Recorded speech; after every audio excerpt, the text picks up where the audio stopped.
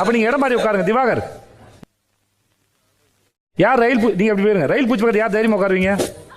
இதோ வந்துட்டேன். போங்க. வேட்டி கட்டின ஒருத்தர் தைரியமா உட்காராரு பாருங்க.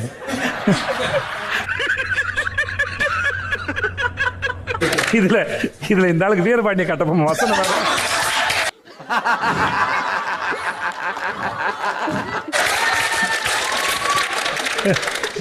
அட பாவியலா, இப்படி தாண்டா அசிங்கப்படுறதுனா வாழ்க்கையில. இந்த வீரத்தை விலைக்கு வித்தா 5 ரூபா கூட போகாது போல. என்னால முடியாது கைஸ், சும்மா சும்மா இது எல்லாமே சும்மா மன்னிச்சிருங்க. இப்போ நாங்க ஒரு எக்ஸ்பிளனேஷன் கொடுக்குறோம். போன வாரம் கூட கத்திரின்னு சொல்லிட்டு போறேன். ஒரு